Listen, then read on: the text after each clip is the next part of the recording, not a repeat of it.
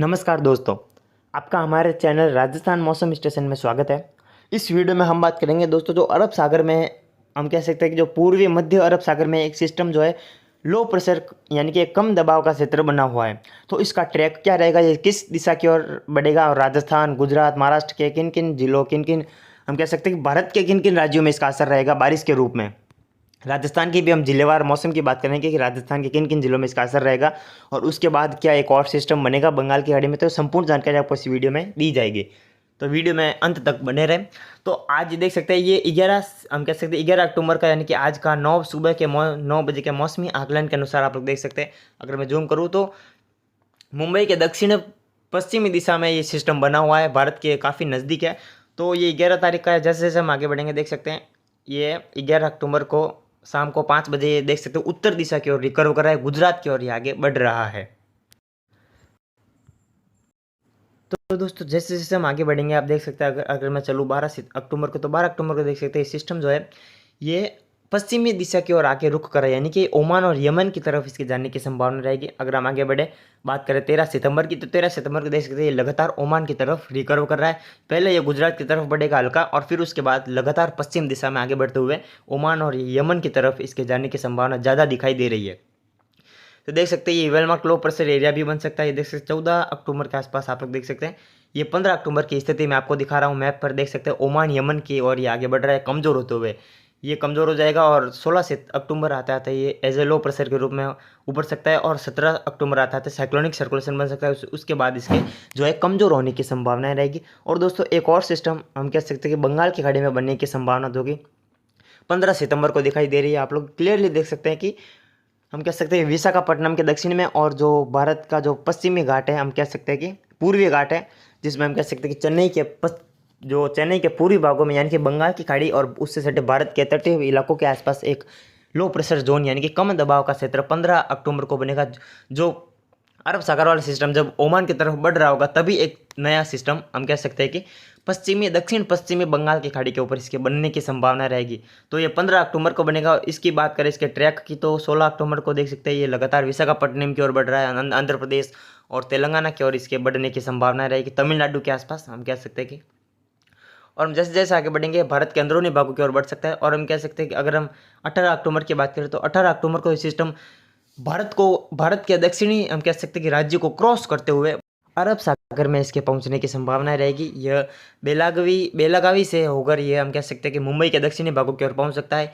तो इसका ट्रैक की बात करें तो ये चेन्नई के आसपास बनेगा, चेन्नई के जो पूर्वी भागों पे, और ये कर्नाटक होते हुए कर्नाटक के ऊपर से होकर ये हम कह सकते हैं दक्षिणी भारत को क्रॉस करते हुए अरब सागर में इसके पहुंचने की संभावनाएं रहेगी।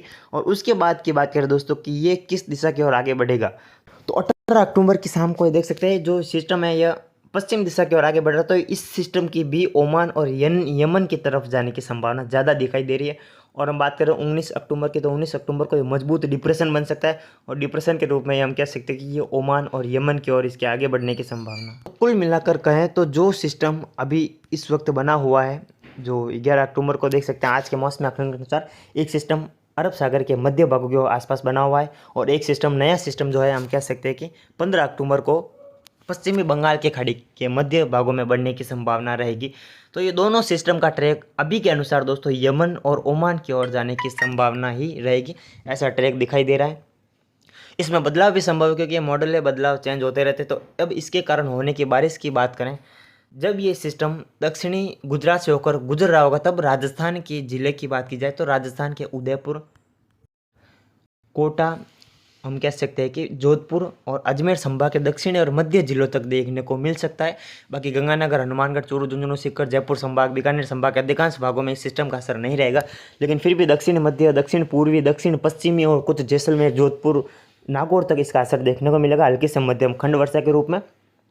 तो वही साथ ही साथ गुजरात में भारी बारिश होने की संभावना रहेगी। गुजरात के उत्तरी भाग है जो राजस्थान से लगे हुए भाग है, वहाँ पर भी काफ़ी तेज़ बारिश होगी। तो इसका असर राजस्थान के उदयपुर संभाग, जो गुजरात से लगे हुए इलाके राजस्थान के सिरोही, जालोर के दक्षिणी भाग, बाड़मेर के दक्षिणी भाग, उदयपुर, डूंगरपुर, बांसवाड़ा, प्रतापगढ़, चित्तौड़गढ़, कोटा, बूंदी, बारां, झालावाड़ जिलों में भी देखने को मिलेगा मध्यम से तेज़ बारिश के रूप में। पाली, जालोर, सिरोही, राजसमंद और भीलवाड़ा के क्षेत्र है काफ़ी तेज़ बारिश इस सिस्टम से होगी, हालांकि खंड वर्षा के रूप में ही रहेगी, लेकिन फिर भी इस सिस्टम से काफ़ी तेज़ बारिश होगी। और अगर हम आगे बढ़ें तो अगले सिस्टम की बात करें, जो अगला सिस्टम बन रहा है देख सकते हैं चेन्नई के आसपास बन रहा है। तो ये सिस्टम 15-16 अक्टूबर को यह भारत को क्रॉस करते हुए हम कह सकते हैं कि अरब सागर में पहुंचेगा, और 18 अक्टूबर को ये पश्चिम दिशा में आगे बढ़ते हुए 19 अक्टूबर आता है गुजरात के दक्षिणी भागों से इसके ओमान की तरफ रिकवर करने की संभावना रहेगी। तो इस सिस्टम से भी हम कह सकते हैं कि 17 अक्टूबर से बारिश बढ़ेगी। तो बारिश अब लगातार राजस्थान के दक्षिणी और मध्य जिलों में होती रहेगी दोस्तों। तो बारिश की बात करें तो ये जो सिस्टम अभी बना हुआ है अरब सागर में, इसके असर से भी बारिश होगी, और जब ये सिस्टम आगे बढ़ेगा और जो अगला सिस्टम आ रहा है भारत को क्रॉस करते हुए अरब सागर में पहुंचेगा, उसके असर से भी बारिश होगी। तो बारिश लगातार राजस्थान के दक्षिणी भाग है, उदयपुर, कोटा और जोधपुर, पाली संभाग के जिलों में जारी रहेगी। ऑन एंड ऑफ रेन होगी, कहीं खंड वर्षा तो कहीं मध्यम से तेज बारिश होने की संभावना रहेगी। तो कुछ ऐसी बारिश दोस्तों इस दोनों सिस्टम से होने की संभावना रहेगी, और ये दोनों का जो सिस्टम का ट्रैक है ये मैंने आपको दिखा दिया है वीडियो में। तो आने वाली वीडियो में हम आपको और विस्तारपूर्वक जानकारी देते रहेंगे। वीडियो काफ़ी दिनों बाद आया क्योंकि समय नहीं मिल रहा है वीडियो के, लेकिन फिर भी हम कम्युनिटी पोस्ट के माध्यम से अपडेट देते रहेंगे। अभी के लिए इतना ही, मिलते हैं हम इसके अगली वीडियो में, तब तक के लिए जय हिंद, जय भारत।